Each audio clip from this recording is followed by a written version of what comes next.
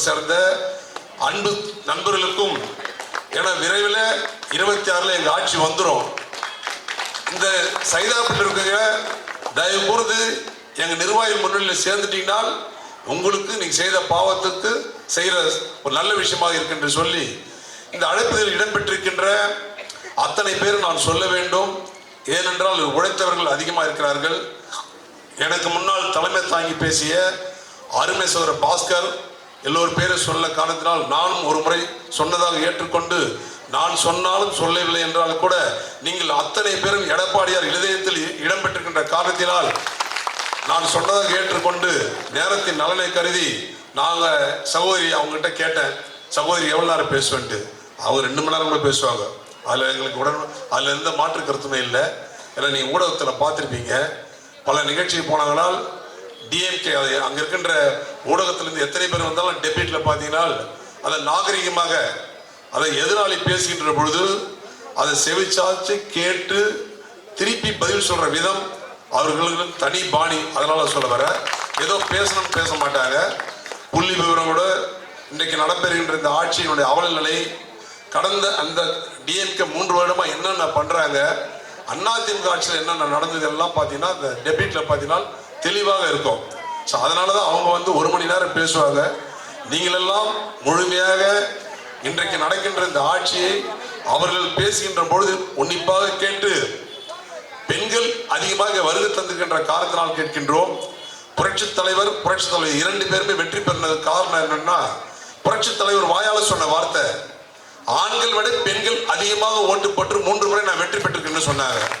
அதே வார்த்தை தான் அம்மாவும் சொன்னாங்க. அதனாலதான் அம்மா திட்டங்கள் எல்லாம் பார்த்தீங்கன்னா இந்தியாவிலே எந்த முதலமைச்சர் கொண்டு வர திட்டங்களை கொண்டு வந்த ஒரே முதலமைச்சர் அம்மா மட்டும்தான், பெண்களுக்கான திட்டங்கள். அதுக்காக தான் சொல்ல வரேன். சகோதரிகள் அதிகாரிகள் வந்திருக்கீங்க. ஆகவே இன்றைக்கு இந்த கூட்டத்துடைய நோக்கம் பேரறிஞர் பெருந்தகை அண்ணாவுடைய பிறந்தநாள் கூட்டம். உங்களுக்கு அண்ணா பற்றி சொல்லனால் அவர் பெரிய அழகுலாம் கிடையாது, 5 அடி 3 அங்குலம். அதுக்காக நான் அவர் கூட படிச்சனான்னு கேட்டுறாதீங்க, படிச்ச ரெக்கார்டை வச்சு சொல்றேன். 5 அடி 3 அங்குலம், மாநிலம், அறிவாளி, எழுத்தாளர், இலக்கியவாதி, தமிழும் ஆங்கிலம் ஒரே சமமாக சொற்பொழி பேசக்கூடியவர். அது மட்டும் இல்ல, நாடகத்தை ஆசிரியராக இருந்தாரு, பத்திரிகை ஆசிரியர். இப்படி பண்பு முகம் கொண்ட ஒரு தலைவர் யாரான இந்தியாவில் இருக்கிறது அது பேரறிஞர் பெருந்தகை அண்ணா தான் சொல்லணும். அன்றைக்கு காலகட்டத்தில், இன்றைக்கு யார் வேணா வந்திருக்கலாம், ஆனால் இன்றைக்கு அவரை பற்றி பேசினால் ஒரு சாதாரண அவர் பார்த்தீங்கன்னா 15/9/1909 காஞ்சிபுரத்தில், அது சின்ன காஞ்சிபுரம். காஞ்சிபுரம் என்பது தெரியும், நம்மளாம் பட்டு புடவை எடுக்க போயிருப்போம். இங்கே இருக்கிற எல்லாருமே நம்ம எல்லாம் பார்த்தீங்கன்னா எத்தனை கடை சென்னையில் இருந்தாலும் கூட நம்ம குடும்பத்தோடு போய் புடவை எடுக்கிறது காஞ்சிபுரம் தான். ஏன்னா அதுதான் நம்ம சென்டிமெண்ட் அங்கே போய் எடுப்போம். அங்கேயும் பார்த்தீங்கன்னா சின்ன காஞ்சிபுரம், அந்த சின்ன காஞ்சிபுரம் தான் போகிறது. அதனால சி என்பது இனிஷியல் பார்த்து CN அண்ணாதுரை என்பது சி, என் என்றது நடராஜன், அப்பா பேரு நடராஜன், பங்காரமாக பிறந்தவர். அவர் சின்ன வயசுல அம்மாவை இழந்தவர். ஆரம்பத்தில் பார்த்தீங்கன்னா பச்சை பெண் பள்ளியில தான் படிக்கிறாரு. பள்ளி படிப்பை முடித்தோட பள்ளியில் படிக்கின்ற பொழுதே பல நேரங்களில் வீட்டுக்கு வந்தாருன்னா, நம்ம வீட்டுல எல்லாம் சாதாரண நடுத்தர குடும்பம்லாம் பார்த்துருப்பீங்க, பக்கத்தில் இருக்கிற மல்லிகைகளில் போய் அனுப்பி ஏதாவது ஒரு 4 பொருள் வாங்கின சொல்லுவாங்க. அப்படி வாங்கின கடைசியில் பார்த்தீங்கன்னா நம்ம உடச்சுக்களை வெள்ளெல்லாம் கொடுப்பாங்க. நம்ம இருக்கிற காலத்தில், அவர் காலத்தில் கொஞ்சம் அதிகமாக கொடுத்துருப்பாங்க. அதை கூட வீட்டில் இருந்து அந்த பேப்பரை ஒரு எழுத்து விடாமல் படிக்கக்கூடிய ஒரு ஆற்றல் அப்பவே சின்ன வயசுல படிக்கும் பொழுதே.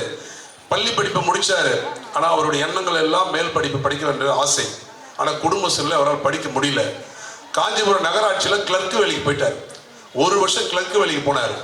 அங்கே பச்சையப்பன் அறக்கட்டளை அவரை படிக்க முன் வந்து, சென்னை இங்கே இருக்கிற அருகு பார்க்கறீங்களே பச்சைப்பெண் கல்லூரி, இந்தியாவில் பெயர் சொல்லக்கூடிய ஒரு பச்சைப்பெண் கல்லூரியில் BA ஆனர்ஸ் படித்தார். பிறகு MA முடித்தார், MA படித்தார். அப்படி படிக்கின்ற பொழுதே மாணவ சங்க செயலாளராக இருந்தார். அவர் சாதாரண நினைக்காதீங்க நீங்க. அப்படி இருக்கும்போது தான் கோயம்புத்தூர்ல திருப்பூர் செல்லுகிறார், செங்குந்தர் மாநாட்டுக்கு செல்றாரு. அந்த மாநாட்டில் தந்தை பெரியாரை சந்திக்கிற வாய்ப்பு கிடைக்குது. தந்தை பெரியாரை சந்திக்கும் பொழுதே அவர் தன்னுடைய தலைவராக ஏற்றுக்கொண்டார். தந்தை பெரியார் நீதி கட்சியில் இருக்காரு. நீதி கட்சியில் தன்னை இணைத்துக் கொண்டு 30 வயசுல நீதி கட்சிக்கு பொதுச் செயலாளர் அண்ணா, 35 வயசுல திராவிட கட்சிக்கு பொதுச் செயலாளர், 40 வயசுல திமுக பொதுச் செயலாளர். இப்படி 40 வயசுல ஒரு பொதுச் செயலாளர், ஒரு அதிசய தலைவன் பேரறிஞர் அண்ணா. அந்த இடத்துல பெரியாரை சந்திக்கிறாரு. தன்னை தலைவராக அவரை ஏற்றுக்கொண்டார் பெரியார. பெரியாருக்கும் அவருக்கும் பார்த்தீங்கன்னா தமிழ்நாடு முழுவதும் பெரியார் ஒரு பக்கம் போனால் அண்ணா ஒரு பக்கம் அவருடைய கொள்கைகளும் கோட்பாடுகளும் பிரச்சாரம் மூலமாக செய்து வர்றாரு. பெரியாருக்கும் அண்ணாவுக்கும் சின்ன கருத்து வேறுபாடு ஏற்படுது. பெரியார் 3 தப்பு, அதாவது ஆகஸ்ட் 15 நம்ம சுதந்திரம் அடைஞ்ச நாள், உங்களுக்கு எல்லாருக்கும் தெரிஞ்ச விஷயம். அந்த நாளை கருப்பு தினமாக நாம் எடுத்துக்கொள்ள வேண்டும் என்றார் பெரியார். அவங்க கட்சி கட்டது. அதே போன்று ஜனநாயகத்தில் கட்சி தேர்தலில், அது சட்டமன்ற தேர்தலில் சந்திக்க கூடாதுன்றார். அதுவும் முரண்பாடு.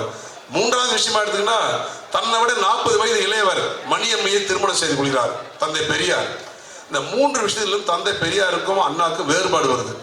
தந்தை பெரியார் வேறுபாடு ஏற்பட்ட காரணத்தினால் பெரியார் விட்டு வெளியே வந்து சென்னை ராயபுரம், உங்களுக்கு தெரியும், ராபின்சன் பூங்காவில் கொட்டுகின்ற மழையில் 1949ஆம் ஆண்டு, அதுவும் தந்தை பெரியாருடைய பிறந்த நாள் அன்னைக்கு, ஏன்னா தன்னுடைய தலைவன் தந்தை பெரியார், தந்தை பெரியாருடைய பிறந்த நாள் 15/9 அன்னைக்கு கட்சியை துவக்கிறார் ராபின்சன் பூங்காவில். துவக்கும் போது பெரிய லீடர் வச்சு தோக்கல, பேரறிஞர் பெருந்தகை அண்ணா, தந்தை பெரியாருடைய அண்ணன் ஈவிக்க சம்பல், கே.ஏ. மதியழகன், நடராஜன் போன்ற 50 தலைவர்கள் வச்சு கட்சி ஆரம்பிக்கிறாரு. 49 ஆரம்பிக்கிறாரு. முதல் சட்டமன்ற தேர்தல் 1952 சட்டமன்ற தேர்தல் வந்துச்சு. கட்சி போட்டியிடல 52ல. பிறகு 57 போட்டியிடுறாரு. 15 இடங்களை வெற்றி பெறுறாரு. காஞ்சிபுரத்தில் அண்ணா ஜெயிக்கிறாரு. மீண்டும் 62ல தேர்தல் வருது. 62ல காஞ்சிபுரத்தில் பேரறிஞர் அண்ணா தோத்து போறாரு. காஞ்சிபுரம் தொகுதியில் 50 இடங்களை ஜெயிக்கிறார். 62ல 67ல எங்க விருகம்பாக்கத்தை, நாங்கள் பிறந்த மண்ணுக்கு ஒரு பெருமை இருக்கிறதுக்காக சொல்ல வந்தேன். எங்க விருகம்பாக்கம் அங்கதான் 67ல மாநாடு நடக்குது. அந்த மாநாட்டில் தான் பேரறிஞர் பெருந்தகை அண்ணாவே வேட்பாளர் அறிவிக்கிறாரு. அப்ப எம்ஜிஆர் பேசுவதற்கு முன்பாக நிதி கொடுக்குறாரு. எம்ஜிஆர் பேரறிஞர் அண்ணா கிட்ட, தம்பி உன் நிதி எனக்கு வேண்டாம், உன் முகத்தை கட்டின 30 லட்சம் ஓட்டுகள் கிடைக்கும் என்ற சொன்ன ஒரு தலைவர். எதுக்காக சொல்றனால், 67ல பரிங்கமலை தொகுதி, அந்த தொகுதியில் எம்ஜிஆர் வேட்பாளர். எம்.ஆர். ராதா திரைப்படங்களை பார்த்துருப்போம். எவ்வளோ மூத்தவங்களாம் வந்திருக்கீங்க, பல திரைப்படங்களை பார்த்துருப்போம். ராதாரவியுடைய அப்பா எம்.ஆர். ராதா தலைவரை பார்க்க வீட்டுக்கு வராரு. பேசிட்டே இருக்காரு. கையில் இருக்க துப்பாக்கி எடுத்து எம்ஜிஆர் சுட்டுறாரு. எம்ஜிஆர் சுட்டு கழுத்தில் குண்டு பாஞ்சிடுது. ராயப்பேட்டை மருத்துவமனைக்கு எடுத்து சேர்க்கிறாங்க. தலைவர் அப்ப வேட்பாளர் சேர்க்கிறாங்க. கட்டு போட்டு இந்த குண்டடிப்பட்ட கட்டோடு சேர்த்து தமிழ்நாடு முழுவதும் போஸ்டர் ஓட்டுறாங்க. 67 திமுக வெற்றி பெறுவதற்கு புரட்சித் தலைவர் எம்ஜிஆர் ஒரு காரணம் என்பதாக சொல்ல வரேன். தமிழ்நாடு முழுவதும் போஸ்டர் ஓட்டுறாங்க. அன்னைக்கே படுத்துன்னு ஜெயிச்ச ஒரு தலைவர் யாரான எம்ஜிஆர். ஆட்சி ஜெயிக்க வச்சார். 130 இடங்கள்ல திமுக வெற்றி பெற்று பேரறிஞர் பெருந்தகை அண்ணாவின் தலைமையில் ஆட்சி கைப்பற்றுறாங்க. 67ல 47 சுதந்திரம் அடைஞ்ச போது காங்கிரஸ் வந்தது. ஆனா இன்ன வரைக்கும் அவங்களால ஆட்சிக்கு வர முடியல. எத்தனை ஆண்டு ஆட்சி பாருங்க. 47 சுதந்திரம் 67ல போச்சு. 67 என்ன ஆயிடுச்சு இந்த வருஷம்? இது வரைக்கும் காங்கிரஸ் ஆட்சி வரல. பேரறிஞர் பெருந்தகை அண்ணா அவர்கள் 2 ஆண்டுகள் தான் முதலமைச்சர் இருந்தாரு. 2 ஆண்டுகள் கொண்டு வந்த திட்டங்கள் எல்லாம் என்னென்ன திட்டம், பொன்னான திட்டங்கள். எனக்கு முன்னால் பேசின அருமை சகோதரர் தலைமுறை சொன்னார். ஒரு படி அரிசி 1 ரூபான்னு கொடுத்தாரு. அது சென்னை கோயம்புத்தூர்ல மட்டும் துவக்கி வச்சாரு. அது மட்டும் இல்ல, மெட்ராஸ், அதாவது சென்னை மாகாணம் இந்த தமிழ்நாடு, சென்னை மாகாணன்றது தமிழ்நாடு என்று பெயர் மாத்தினாரு. இந்தியாவில் எத்தனையோ மாநிலம் இருக்கும் பாருங்க.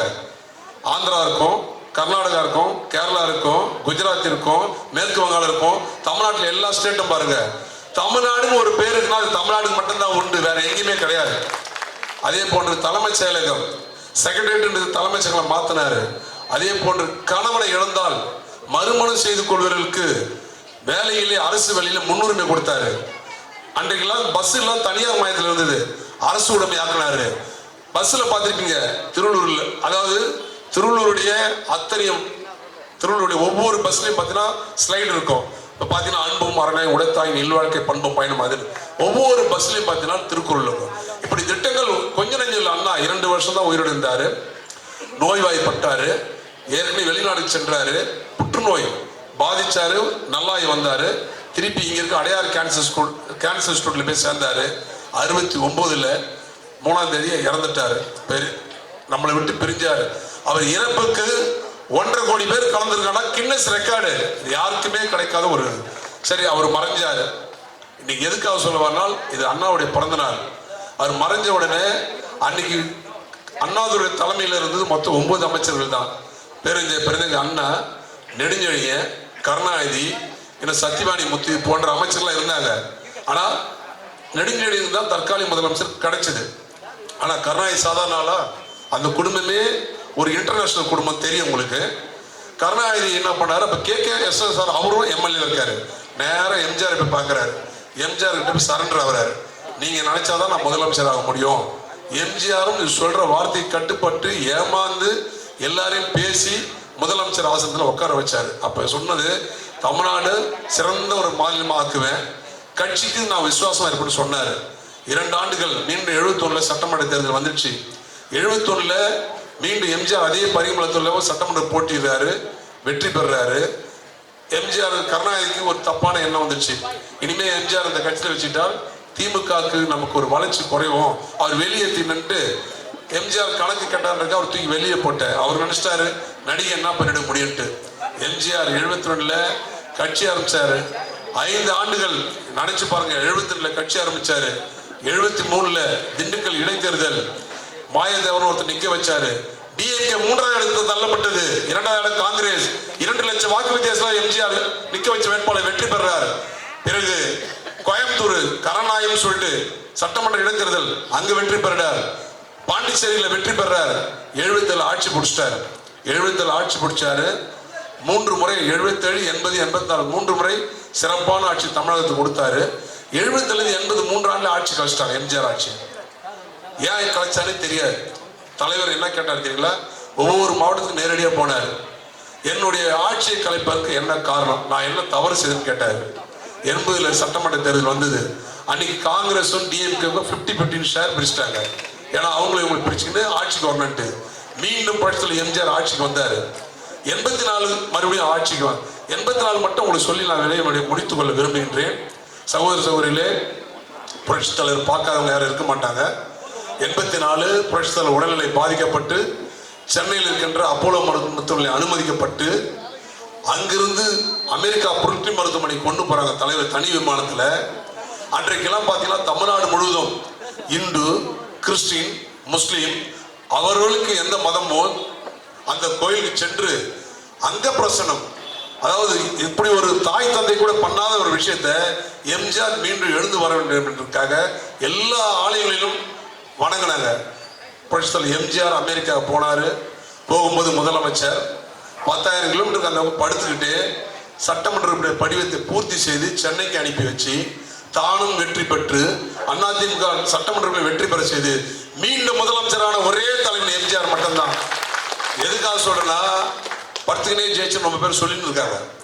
10,000 கிலோமீட்டர் அந்த பக்கம் படுத்து ஜெயிச்ச ஒரே தலைவர் இந்தியாவில் அவர் மட்டும்தான். வேற யாரா ஒருத்தர் சொல்லுங்க. அம்மாவை தோல்வி அடைஞ்சிருக்காங்க பர்கூர்ல. அண்ணாதுரை காஞ்சிபுரத்தில் தோத்திருக்காரு. காமராஜர் விருதுநகர்ல தோத்திருக்காரு. காமராஜர் சொன்னாரு நான் படுத்துக்கினே ஜெயிப்பேன்ட்டு. அது திமுறால இல்ல, அவருக்கு காலில் விபத்து ஏற்பட்டு மருத்துவமனையில் அனுமதிக்கப்பட்டிருந்தாங்க. அப்போ அவர் சொன்னார் நான் படுத்துக்கினே ஜெயிப்பேன்ட்டு. சாதாரண ஒரு மாணவர் அணியிலிருந்து சீனிவாசன் என்பவரோட தோல்வியை சந்திச்சார் காமராஜர். எதுக்காக சொல்றேன்னா, தோல்வியே சந்திக்காத ஒரு தலைமை எம்ஜிஆர் மட்டும்தான். அவர் உருவாக்கின அந்த கட்சி என்றைக்குமே சோட போனது இல்லை. புரட்சி பெருந்தகை அண்ணா, ஏன்னா அண்ணா பத்தி உங்களுக்கு சொல்றேன். இன்னைக்கு அண்ணா பத்தி அண்ணா பிறந்த நாள் கொண்டாடுறதுக்கு ஒரு தகுதி இருக்கிறாரு எம்ஜிஆர். இந்த அண்ணா திமுக மட்டும்தான் உண்டு, திமுக இல்ல. கழகம் ஒரு குடும்பம்னு சொன்னார் பெருந்தகை அண்ணா. ஆனா திமுக அவன் குடும்பத்துக்கு மட்டும்தான் அந்த கட்சி. கழகம் ஒரு குடும்பம்னு சொன்னார் அண்ணா. ஆனா இவன் எப்படின்னா அந்த குடும்பம் இருக்குல்ல, அலிபாபா குடும்பம், அவங்களுக்கு மட்டும்தான் சொன்னார். அதான் சொன்னாரு, கடமை, கண்ணியம், கட்டுப்பாடு, ஒன்றே குலம் ஒருவனே தேவன், ஏழையின் சிரிப்பில் இறைவனை காண்பேன் என்று சொன்னார் பெருந்தகை அண்ணா. அவர் வழியில் வந்தவர் தான் எம்ஜிஆர். எம்ஜிஆருக்கு பிறகு இன்றைக்கு அம்மா. உங்களுக்கு எல்லாரும் தெரியும், அம்மா வாழ்ந்த காலத்தை நம்ம வாழ்ந்திருக்கோம். நம்ம 2000 வருஷம்ன்றது 1000 வருஷம்ன்றது அந்த வருஷத்துல அதிசயம் இருக்கும். அது போல அம்மா வாழ்ந்த அதிசயத்தில் நம்மளாம் வாழ்ந்துருக்கணும்னு சொன்னா இதை விட ஒரு பெருமை எதுவும் இருக்கக்கூடாது. சகோதரி அமைச்சர், நான் அதுக்கு வாரியத்தில் வந்திருக்கேன். ஏன்னா அம்மா இடத்துல அவங்க அதிகம் பேசக்கூடியவங்க. அந்த மாதிரி ஒரு தலைவி இனி இந்தியாவில் யாரும் பிறக்கவும் முடியாது, வரவும் முடியாது. இது போன்ற தலைவி நம்மளை பார்க்கவும் முடியாது. ஏன்னா எதுக்காக சொல்றோம், நாமளாம் அது இருக்கிறோம், மேடையில் இருக்கிறோம், நாங்களாம் அதை பேசி வீட்டுக்கு போகிறோம். எல்லாரும் வீட்லையுமே மனைவி இருப்பாங்க, அக்கா இருப்பாங்க, தங்கச்சி இருப்பாங்க, அண்ணா இருப்பாங்க, சித்தப்பா இருப்பாங்க, பெரியப்பா இருப்பாங்க. நம்மளாம் அன்பா வீட்டுக்கு போனால் பரிமாறத்துக்கு ஆள் இருக்காங்க. ஆனால் அம்மாக்குன்னு யாரு இருந்தாங்க கொஞ்சம் சிந்திச்சு பாரு. அல்லாஹ் சொன்னா மக்களால் நான், மக்களுக்காகவே நான் என்று சொன்னது அதுதான் அம்மா. எனக்கு யாருமே இல்லை, தமிழ்நாட்டு மக்கள் தான் எனக்குன்னு சொன்னான். அவங்களுக்கு நானு, எனக்கு அவங்க சொன்னதுக்காக அதுக்காக சொல்ல வந்தேன். வெளியே பார்த்தீங்கன்னா சிங்கம் அம்மா, அப்படி ஒரு தலைவி. இந்தியாவிலே அப்படி ஒரு மாஸ் லீடர் இல்லை. ஆனா வீட்டுக்குள்ள போய் அன்பா பரிமாறதுக்கு, ஒரு இட்லி கொடுக்கறதுக்கோ, ஒரு தோசை கொடுக்கறதுக்கோ, ஒரு காஃபி கொடுக்கறதுக்கோ, உணர்வோடு சொந்த பந்தம் கொடுக்கறதுக்கு யாரும் இல்லை. இல்லைன்னா இன்னும் 10 ஆண்டு காலம் வாழ்ந்திருப்பாங்க. இன்னைக்கு திமுக இடம் இல்லாத ஒரு போயிருக்கு தமிழ்நாட்டில். நமக்கு அந்த பாக்கியம் கிடைக்கல. அது கிடைக்கலனாலும் பரவாயில்ல. இன்னைக்கு அம்மா இருந்தாலும் இந்த தமிழ்நாட்டுக்கு என்னென்ன திட்டங்களை கொண்டு வந்தாங்கன்னு உங்களுக்கு தெரியும். தாலிக்கு தங்கம் திட்டம் கொண்டு வந்தாங்க. இந்த திட்டத்தை டிஎம்கே முடக்கிட்டான். நான் கேட்கிறேன், கார் ரேஸ் நடத்துறதுக்கு உங்ககிட்ட பணம் இருக்குது. உங்க அப்பனுக்கு சேலை, அதை பேனா வைக்கிறது, சேலை வைக்கிறது உங்க அப்பன் பெரிய அப்பாட்டக்கறா? இல்ல உங்க அப்பா நான் டாடா பிர்லாவா? இல்ல ரிலையன்ஸ் கம்பெனில பிறந்தவரா? என்னடா உங்க அப்பா கொண்டு வந்தாரு? நான் கேட்கிறேன், உங்களை பார்த்து கேட்கிறேன். இது நான் சொல்லுங்க. கண்ணதாசன் எழுதியிருக்காரு, வனவாசன்ற ஒரு புத்தகத்தில் எழுதியிருக்காரு. தஞ்சாவூர் ஒரு சொந்த ஊர். தஞ்சாவூர்ல திருவாரூர், திருவாரூர்ல திருக்கோவில் என்ற கிராமத்தில் பிறந்தவர். திருக்கோவில இருந்து திருட்டு ரயில் ஏறினதான் கருணாநிதி. நான் சொல்லல, யாரும் தப்பா நினைச்சு போறீங்க. நானும் அதுக்காக அவரு நான் ஃப்ரெண்டு நினைச்சு போறீங்க. அவர் வயசுல அவர் எழுதி கண்ணதாசன் எழுதியிருக்காரு. நீ அப்படின்னா கண்ணதாசன் கேஸ் போடு, வழக்கு போடு, நீதிமன்றத்துக்கு போ. அவர் சொன்னதை எழுதியிருக்காரு, நீ ஆமாங்கன்னு ஒத்துன்னு இருக்க.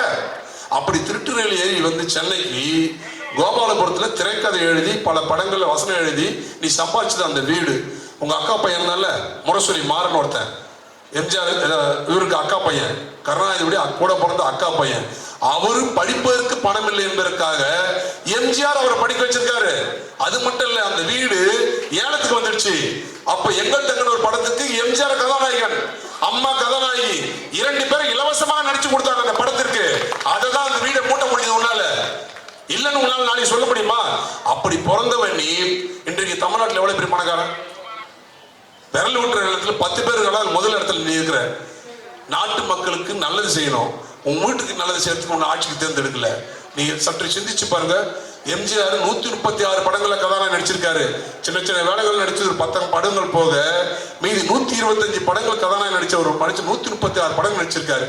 பிறக்கும் போது பணக்காரன் எம்ஜிஆர். உங்க அப்பா ஒரு நீதிபதி, எம்ஜிஆருடைய அப்பா. அவருடைய போராத நேரம் இளைஞர் இப்ப பிறந்தாரு. சின்ன வயசுலயே கும்பகோணத்துக்கு குடியேறினாரு. ஒரு பழக்கும் போது பணக்காரன், ஆள் கட்சிக்கு வரும்போது பெரிய கோட்டீஸ்வரர். 136 படங்கள் நடிச்சு பெரிய கோட்டீஸ்வரர். தமிழ்நாட்டுக்கு டிஎம்கே ஒழிக்க வேண்டும் என்பதற்காக கட்சி ஆரம்பிச்சாரு. நான் கேட்கிறேன், அவருக்கும் உன்னையும் ஒப்பிட்டு பார்க்க முடியுமா? நீ திருட்டு ரயில் ஏறி வந்தவர், எம்ஜிஆர் கோட்டீஸ்வரன். சரி, வாழ்ந்தாரு, வாழ்ந்த மாதிரி அவர் சொன்ன மாதிரி நடந்துட்டு போனாரு. இன்னைக்கு ராமாபுரம் தோட்டம் உங்களுக்கு எல்லாருக்கும் தெரியும். ராமாபுரம்னா எம்ஜிஆர் வீடுன்னு. அங்க போய் பாருங்க, 1.5 ஏக்கரு. காது கேட்காதவன் வாய் பேசாதவருக்கு இலவசமா கொடுத்த ஒரே தரன் எம்ஜிஆர். இன்னைக்கு தலைமுறை கட்சி ஆபீஸ் இருக்கு இல்லைங்களா, அது 1958ஆம் ஆண்டு ஜானகி அம்மா பேர்ல வாங்கின சொத்து கட்சி கொடுத்துட்டாரு. வெஸ்ட் மாம்பழத்துல எம்ஜிஆருடைய நினைவில் இருக்கு, அது அவருடைய சொத்து நினைவில் கொடுத்துட்டாரு. சத்யா ஸ்டுடியோ ஒர்க்கர்ஸ் கொடுத்துட்டாரு. இப்படி வாழும் போதே வல்லலா வாழ்ந்த ஒரே தலைவர் எம்ஜிஆர் தான். ஆனா கருணாநிதி சொல்லிட்டு போயிருக்காரு, எனக்கு அப்புறம் என் வீடு என்ன அரசாங்கத்துக்கு கொடுப்பாரு. எப்ப கொடுப்பான்னு தெரியாது. அது அவர் செத்துட்டாரு. அந்த அம்மா உயிரோட இருக்காங்க. அந்த அம்மா எங்க அம்மா மாதிரி இல்ல, எங்க அம்மாவோட மூத்த, அதெல்லாம் அந்த அம்மா இன்னும் கொஞ்ச நாள் வாழட்டும். ஆனா அவர் அந்த அம்மா தான் இறப்புன்னு ஒண்ணு இருக்குது எல்லாருக்குமே. அப்படி அந்த அம்மா தவறினாலும் கூட சத்தியமா அந்த சொத்தை அவன் கொடுக்க மாட்டான். அதை எழுதி வச்சுங்க. இன்னொருத்தவங்க புடுங்க பார்ப்பான்னு கொடுக்க மாட்டானு. ஏன்னா டிஎம்கே அப்படியே வளர்ந்த கட்சி. இன்னொருத்தவங்க பிடிக்கும். இப்பதான் எதுவும் தெரியல, கொஞ்ச காலமா எல்லா இடத்துலயுமே நலத்திட்டம் கொடுக்குறான். எனக்கு வாழ்க்கையில் அவனுக்கு என்னைக்குமே நலத்திட்டம் கொடுத்து பார்த்ததே கிடையாது. அப்படி கொடுத்தாலும் இங்க ஒரு கடை இருக்கு. எந்த கடை பெரிய பெரிய ஹோட்டல் இருக்குதோ, எந்த கடை இருக்குதோ அந்த கடையில போய் கலெக்ஷன் பண்ணுவாங்க. இப்ப நாங்களாம் இங்க இருக்கிறோம். இந்த பாஸ்கர் இன்னைக்கு கூட்டம் போட்டிருக்காரு, எங்க பயிற்சியில இருக்காரு, எங்க மேடையில் இருக்கோம். இங்க யாராவது ஒருத்தர் விரல் விட்டு சொல்ல முடியுமா அண்ணா திமுக காரன் இங்க வந்து இப்படி வாங்கினான்ட்டு? ஆனா திமுக பட்டியலே இருக்கும். எங்க விருங்கம்பாக்கத்துல காமராஜ் சார்னு ஒரு ரோடு இருக்கு. அவன் டிஎம்காரன் போய் பிரியாணி கேட்டிருக்கான், அவன் பணம் கொடுறான்னு இருக்கான். என்ன பணம் கேட்கிற, என்ன யாருக்கு தெரியான்னு இருக்கான், உன்னை எப்பறம் எனக்கு தெரியான்னு இருக்கான். கடி அடிச்சு வச்சிட்டானுங்க. சரி, ஒடிச்சிட்டானு இல்ல, டிஎம்கே தலைவர் என்ன பண்ணணும், அந்த கட்சியில் இருக்கிறவங்க உடனே அடிப்படை நீக்கணும். அவனை அரெஸ்ட் பண்ணி கைது செய்து ஜெயிலில் வைக்கணும். அடுத்த 2 நாள் கட்சி ஸ்டாலின் கார் எடுத்துக்கின்னு அந்த கடைக்கு வராரு, சமாதானம் பண்ணு. இப்படி ஒரு கேவலமான தலைவர் கட்சி நான் எங்கேயும் பார்த்தது. இதே எங்க அம்மாவா இருந்தால் இப்படி மேடை விட்டு இறங்கி போறதுக்குள்ள எங்க அடிப்படை நீக்கிடுவாங்க. இது ராணுவம். உங்களுக்கு ராணுவம் கிடையாது, ஒரு கர்மாந்திரம் கிடையாது. உங்களுக்கு எது வேணாலும் செய்துக்கலாம் உங்க கட்சியில. ஏன்னா நீங்க அப்படியேப்பட்ட இடத்துல இயக்கத்துல வந்தவங்க நீங்க. ஏன்னா எம்ஜிஆர் வல்லல், அம்மா நீ உண்மையிலே அம்மா இரும்பு பெண்மணி எல்லாரும் சொல்லுவாங்க. அம்மா மாதிரி ஒரு இலக்கிய குணம் உள்ளவங்க தலைமையில் யாரும் பார்த்துருக்க முடியாது. குழந்தை மாதிரி அவங்க சிரிச்சாங்கன்னா அந்த குழந்தைத்தான் அவங்ககிட்ட எப்படி வந்ததுன்னு கூட தெரியாது. அப்படி ஒரு தலைவி. அவங்க கொண்டு வந்த திட்டங்கள் சொல்றேன். இன்னைக்கு தாலி தங்க திட்டத்தை நிறுத்திட்ட. லேப்டாப் நீங்க பெண்கள் ஸ்கூட்டி கொடுத்தாங்க, அதை நிறுத்திட்ட. தாலி தங்க எவ்வளவு பேர் உன்னதமான திட்டம். சற்று சிந்திச்சு பாருங்க. அம்மா உணவத்தை மூட்டிங்க. அம்மா உணவு அம்மா ஒரு சென்னையில் 200 ரூபாய்க்கு 400 திறந்து வச்சாங்க. எனக்கு தெரிஞ்சு எங்கள் பகுதியில் வசிக்கின்ற ஒரு வாடகை வீட்டில் இருக்கிறாரு. முதியோர் உதவியத்துக்கு பெற்றுக்கொண்டு அந்த அந்த அந்த முதியோர் உதவி அந்த பெற்றுக்கொண்டவர் என்ன பண்ணுவார், அவங்க வீட்டில் அவங்க பையன் ஆட்டோ ஓட்டுவான், அவங்க மருமகள் வீட்டு வேலைக்கு போயிடுவாங்க. காலையில் அவருக்கு சாப்பிட முடியாது. ஏன்னா அவங்களே வீட்டு வேலைக்கு போனால் தான் அந்த வீட்டு வாழ்க்கை நடத்த முடியும். மாதம் மாதம் வாடகை கொடுக்கணும். ஆனால் அந்த பெரியவர் என்ன பண்ணுவார், பக்கத்தில் இருக்கிற அம்மா வீட்டுக்கு போய் ஹோட்டலுக்கு போய் காலையில் 3 இட்லி சாப்பிடுவார், மதியம் ஒரு தயிர் சாதமோ இல்லை ஒரு சாம்பார் சாதம், நைட் 2 சப்பாத்தி சாப்பிடுவாரு. வீட்லேயே கவனிக்க முடியலன்னா கூட 30 நாளைக்கு சாப்பிட்டா கூட மாதம் 450 ரூபா தான் ஆகும். மீதி அம்மா கொடுக்குற அந்த 1000 ரூபா முதியோர் பென்ஷன் பெற்றுக்கொண்டு 450 ரூபா போயிடுச்சா மீதி 500 ரூபாய் மிச்சப்படுத்தி தன்னுடைய பேரனுக்கு பேத்திக்கு செலவு பண்ற ஒரு நல்ல திட்டத்தை கொடுத்தாங்க. நீ ஏதாவது கொடுத்துருக்கியா? குடும்ப தலைவி 1000 ரூபாய் தரணும்னு சொல்லியிருக்கிற. அது இப்போ என்ன பண்ற, உரிமை தொகைன்னு சொல்ற. ரைட்டு, நீ எது கொடுத்தாலும் அதை ஏற்றுக்கிறோம், நல்ல விஷயம். 1000 ரூபாய் தரேன்னு சொன்னியா? எத்தனை பேர் கொடுத்துருக்குற? தமிழ்நாட்டில் 2,24,00,000 குடும்ப அட்டை இருக்குது. நீ கொடுத்துருக்குது எவ்வளோ? 1,05,00,000 குடும்ப அட்டை கொடுத்துருக்குற. அப்படி கொடுக்கும்போது ஓட்டு கேட்கும்போது நீ இப்படி சொன்னியாடா? அப்போ என்ன சொல்ற, இன்கம் டேக்ஸ் கட்டினா உங்களுக்கு 1000 ரூபாய் கிடையாது. 5 ஏக்கர் இடம் வச்சிருந்தா 1000 ரூபாய் கிடையாது. 3006 யூனிட் வருஷத்துக்கு பயன்படுத்தினால் அவங்களுக்கு கிடையாது. வருடத்துக்கு 22 லட்சத்துக்கு மேல சம்பளம் வாங்கினா அவங்களுக்கு கிடையாது. அரசு ஊழியர் கிடையாது, பேங்க்ல வேலை செய்யறது கிடையாது, கூட்டுறவு சங்கத்தில் வேலை செய்யறது கிடையாது, கார் வச்சிருந்தா இன்னும் மயிருக்கு அந்த திட்டத்தை நீ கொடுக்குற. எதுவுமே இல்லைன்ற எதுவுமே தர. ஒரு படத்துல சொல்லுவான் வடிவேலு, கவுண்டர் படி சொல்லுவான், என்வி சாப்பிடுவியா குடிப்பியாடான எதுவுமே இல்லை, அப்ப ஏன்டா உயிரோட வாழன்னு சொல்லுவான். அது போல ஒண்ணு பார்த்து கேட்கிறான். 1000 ரூபாய் கொடுக்குறது 2,24,00,000 குடும்பம். அம்மா கொடுத்தாங்க 1000 100 யூனிட் இலவசம் கொடுத்தாங்களே, இதோ இருக்கிற இந்த வீட்டில் கொடுத்துருக்காங்க. 35 அடி மாடியில் இருக்கிறவங்களுக்கும் கொடுத்தாங்க. இது இல்லாம திட்டம். இந்த திட்டத்தை விட்டு நீ வந்து இவ்வளவு திட்டங்களை வச்சு நீ கொடுக்குற. சற்று யோசித்து பார்க்குற. நீங்க கருணாநிதி குடும்பம் எப்படின்னா, அது வெளியில இருக்க சொத்துல அவங்க சொத்துமா நினைச்சுப்பாங்க. இப்ப நீ எடுத்துக்கலாம், இப்ப பேனா கொடுக்கறதுக்கு 81 கோடி செலவு பண்றாங்க, கார் ரேஸ் பண்றதுக்கு பண்றாங்க. அவருக்குள்ள ஒருத்தர் விளையாட்டுத்துறை அமைச்சர், அவன் விளையாட்டுத்துறை அமைச்சர் மாதிரி தான் இருக்கிறான். விளையாட்டுத்துறை தான் இருப்பான். அவன் குடும்பமே ஒரு வில்லங்கமான குடும்பம். அந்த பக்கம் கனிமொழி, இங்க ஸ்டாலின், உதயாநிதி, எல்லாம் நிதியில தான் பேர் வச்சிருந்தெல்லாம் நிதி. அவங்க அப்பா கண்டுபிடிச்சாம்பது பணத்துக்கு பேர் எப்படி இருக்கிறாங்க, நிதியிலேயே பேர் வச்சிருக்க ஒரு ஆள் யாரானா அது திமுக மட்டும்தான்.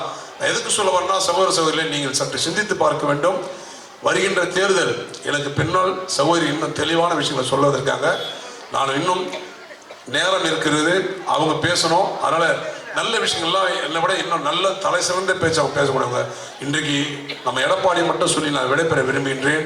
இன்றைக்கு எங்களுக்கு கிடைச்சிருக்க ஒரு பொதுச் செயலாளர் ஒரு சாதாரண விவசாய குடும்பத்தில் பிறந்தவர், ஒரு எளிய தொண்டனாக இருந்து எங்களை விட என்ன கேட்டால் எங்களை விட ஒரு பொறுப்பில் இருந்து ஒரு கிளை செயலாளராக, ஒரு ஒன்றிய செயலாளராக, மாவட்ட செயலராக, சட்டமன்ற உறுப்பினராக, நாடாளுமன்ற உறுப்பினராக, அமைச்சராக, பொதுச் செயலாளர், தலைமையில செயலாளராக, பொதுச் செயலாளராக, பிறகுதான் முதலமைச்சர் வந்திருக்காரு. நீ கருணாநிதி சொல்ல முடியுமா? இல்லை உன் பையன் சொல்ல முடியுமா? நேற்று வரைக்கும் 3 வருஷத்துக்கு முன்னாடி யாரும் தெரியாது. உன் பிள்ளை எடுத்து வந்து இப்போ அவ்வளோ பெரிய பதவி கொடு, உன் கட்சி எக்கடா போட துரைமுருகன் கேட்குறான் துணை முதலமைச்சர்னா, காலங்காலமாக கருணாநிதி கூட இருந்த துரைமுருகன் கேட்குறாரு, எனக்கு அந்த துணை முதலமைச்சர் கிடைக்கக்கூடாதான்ட்டு. அது உன் கட்சி, அது மக்கள் சரியான நேரத்தில் அவனுக்கு தீர்ப்பு கொடுப்பாங்க. அது சொல்ல வர்றதெல்லாம், இன்றைக்கு 3 ஆண்டுகள் ஆட்சியில் விலைவாசி எல்லாம் ஏற்றிட்ட, மின் கட்டணத்தை 3 முறை ஏற்றிட்ட, குடிநீர் கட்டணம் ஏற்றிட்ட, கழிவுநீர் கட்டணத்தை ஏற்றிட்ட, பால் விலையை ஏற்றிட்ட, படிக்கின்ற மாணவ மாணவர்களுடைய புத்தகத்தையும் விலையை ஏற்றிட்ட. இதெல்லாம் ஏற்றி அப்ப மக்கள் மீது சுமை வைக்கிற. இன்றைக்கு 3 லட்சம் கோடி கடன் வாங்கி இருக்கிற. நாங்க 10 ஆண்டு காலம் ஆட்சியில் இருந்தோம், 4 லட்சம் கோடி தான் கடன். ஏற்கனவே டிஎம்கே இருந்தோட சேர்த்து சொல்றேன். ஆனா இந்த 3 வருஷத்துல 3.5 லட்சம் கோடி கடன் வாங்கி இருக்கு, சாதனை பண்ணிருக்கிற. நீ வேற ஒரு கமிட்டி அமைச்சிருக்கியா? அதை தாண்டி எதுக்காக சொல்றனால், உன் விக்கி வைக்கிறதுக்கு 5 லட்சம் செலவு பண்ணிக்கிறீங்க. ஏண்டா உனக்கு 71 வயசு ஆகுது, இந்த வயசுல உனக்கு அழகு வேணும்? இப்போ எம்ஜிஆர் இருந்தாரு, தொப்பி கண்ணாடி. உங்க அப்பா இருந்தாரு, அவருக்கு ஒரு கண்ணாடி ஒரு மஞ்சள் துண்டு. அண்ணா இருந்தாரு, ஒரு துண்டு, அவர் போயிருந்தாரு. ஆனா உனக்கு இப்போ எங்க எடப்பாடி வராரு, ஒரு வெள்ளை வேஷ்டி, ஒரு வெள்ளை சட்டை, ஒரு வாட்ச் கேட்டுப்பாரு. சரி, உனக்கு மட்டும் என்ன போறது 4 கோடி ரூபா காரு, அந்த விக்குக்கு ஒரு 5 லட்சம் ரூபா செலவு. உன்னை யார் அந்த விக்கு அடிக்கலாம் அடிச்சது? போ, நான் கேட்குறேன், 5 லட்சம் ரூபா கொடுத்து ஒரு விக்கு வைக்கணும் அவசியம் என்னது? நீ சின்ன பையனா? நீ ட்ரெஸ் பண்ணுறதுக்கு 1 மணி நேரம் ஆகுது. நீ சொல்ற ரோபோ மாதிரி. நான் யாரையும் தரக்குற பேச நினைச்சுக்காதீங்க.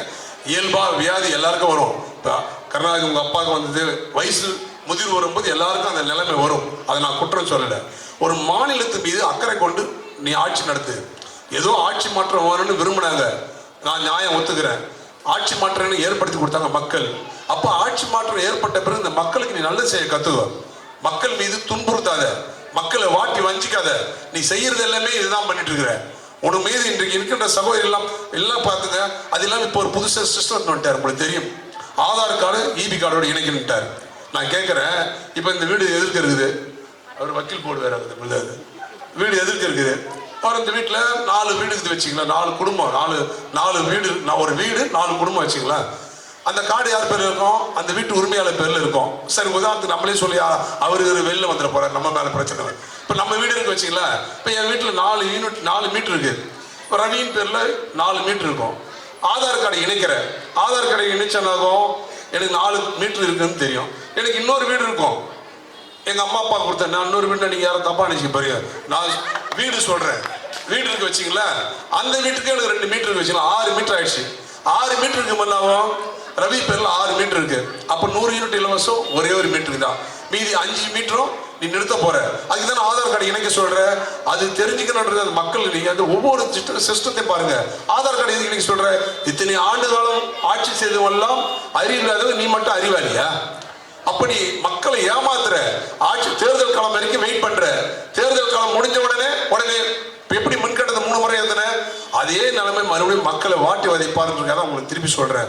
ஆகவே தெரிஞ்சோ தெரியாமலோ இங்க வருகை தந்திருக்கின்ற சகோதரி சகோதரர்கள் நாம் பாதம் பணிந்து வேண்டி கேட்பதெல்லாம், நீங்கள் எல்லாம் நமக்கு உறவுகள் இருந்தால், நண்பர்கள் இருந்தால், அவரிடத்தில் நேரடியாக சென்று 26 தேர்தலில், கடந்து முடிஞ்ச தேர்தலில் எப்படி அவங்க வெற்றி பெற்று வந்தாங்களோ அது மீண்டும் அந்த மாதிரி தவறு நடந்துடக்கூடாதுதான். ஏன்னா இப்ப நீங்க அவன் வெற்றியோட பெருசில் இன்னைக்கு கூட பாத்தீங்கன்னா எம்பி எலெக்ஷன்ல 9 கட்சி வச்சிருக்காங்க. அண்ணா திமுக சிங்கம் போல ஒரு கட்சி தான், தனித்து நின்று போட்டிடுறோம். திமுக ஒரு கட்சி, இடது கம்யூனிஸ்ட், வலது கம்யூனிஸ்ட், மதிமுக, விடுதலை சிறுத்தை, காங்கிரஸ், குங்குவேல கட்சி, இஸ்லாமியர், கிறிஸ்டின். என்ன மயிறு நீ எலெக்ஷன் நிற்கிற? உனக்கு தகுதி இல்ல, வக்கீல் இல்ல, தனியா வந்து நின்று பாரு. எங்க எடப்பாடி மோதி பாரு, நீ தனியா வந்து உன்னால வெற்றி பெற முடியாது. பெரிய அப்பாட்ட மாதிரி பேசுற, நாங்க கீழ்ஷ்டம் மடிஷ்டம் வெற்றின்ற. இப்ப அமெரிக்கா போய் தொழில் முதலீட்டு கொண்டு போறேன்னு சொன்னேன். எங்க முதலமைச்சர் தொழில் முதலீட்டு கொண்டு போனார். அப்ப இதே முதலமைச்சர் கேள்வி கேட்டார். என்ன கேட்டா தெரியாம, எடப்பாடியார் வெளிநாடுக்கு சென்று முதலீடு சொல்லியிருக்காரு, அவர் அதுக்காக போல சொத்து வாங்க போனாரு சொன்னார். எங்க எடப்பாடி போனது எப்படி தான் போனாரு? அந்த தொழில்துறை மந்திரி கூட்டு போனாரு, அந்த தொழில்துறையை சார்ந்த அதிகாரிகள் கூட்டு போனாரு, அந்த செக்ரட்டரி கூட்டு போனாரு, தனியா அப்படிதான் போனாரு. தொழில் முதலீட்டு சந்திச்சு இங்க கொண்டு வந்தாரு. நீங்க ஆட்சி வந்தீங்க, இப்ப 3 முறை போயிருக்கிற. முதல் முறை போன, 2வது அலிபாபா கூட மொத்த பேரும் போயிட்டான். இப்ப நீ போயிருக்க, எந்த சொத்து வாங்க போயிருக்க? நாங்க கேட்கிறோம், அவர் கேட்கலப்பா, நான் கேட்கிறேன். அப்ப நீ இங்க இருக்கு சம்பாதிச்சது போய் அந்த நாட்டுல போய் முதலீடு செய்ய போனியா?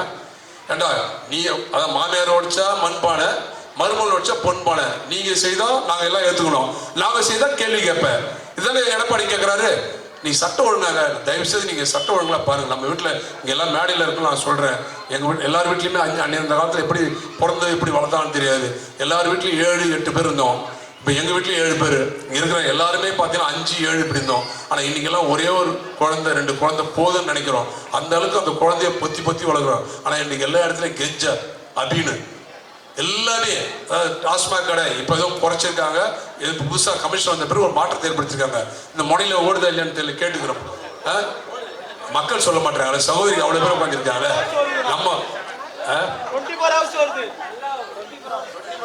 நீ அடிக்கடி போறியாங்க 24 ஹவர்ஸ் சொன்னாரு. இந்த முனையில ஒரு கடை இருக்குது, உங்களுக்கு தெரியும். நான் கேட்கிறேன், நம்மள மாதிரி நடுத்தர குடும்பம், ஏழை குடும்பம், காலையில் 8 மணிக்கு வேலைக்கு போனால் சாயந்தரம் 6 மணிக்கு முடிச்சுட்டு 900 ரூபா 1000 ரூபா சம்பளம் வரும். அது எடுத்துன்னு போய் ஒயின் ஷாப்பில் 200 ரூபா செலவு பண்ணிட்டா 8 ரூபா மிச்சப்படுத்தி பொண்டாட்டி புள்ளியாக நல்லா இருக்கும். காலையிலேயே டாஸ்மாக் போகிறான், அவன் ஆஃபர் வைக்கிறான்.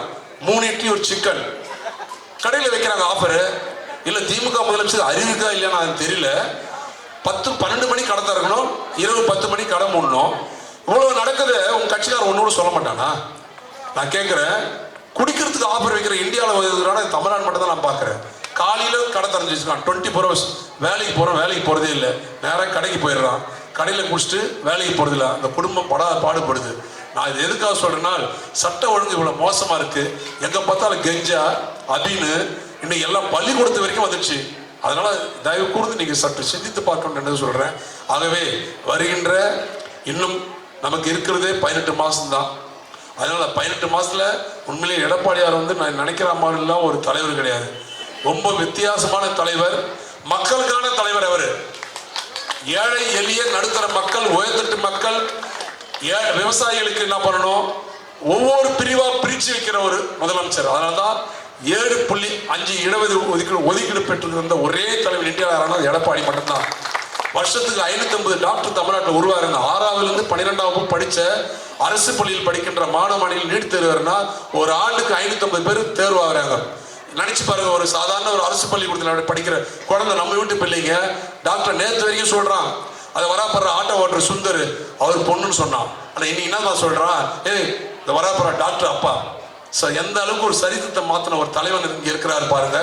நீ ஏதாவது ஒரு திட்டத்தை, நல்ல திட்டத்தை கொண்டு வரியா? கொத்தனார் மேஸ்திரி பொண்ணுன்னு சொன்னான். ஆனா இன்னைக்கு இந்த வராப்படுற மகாலட்சுமி அப்பான்னு சொல்றான்.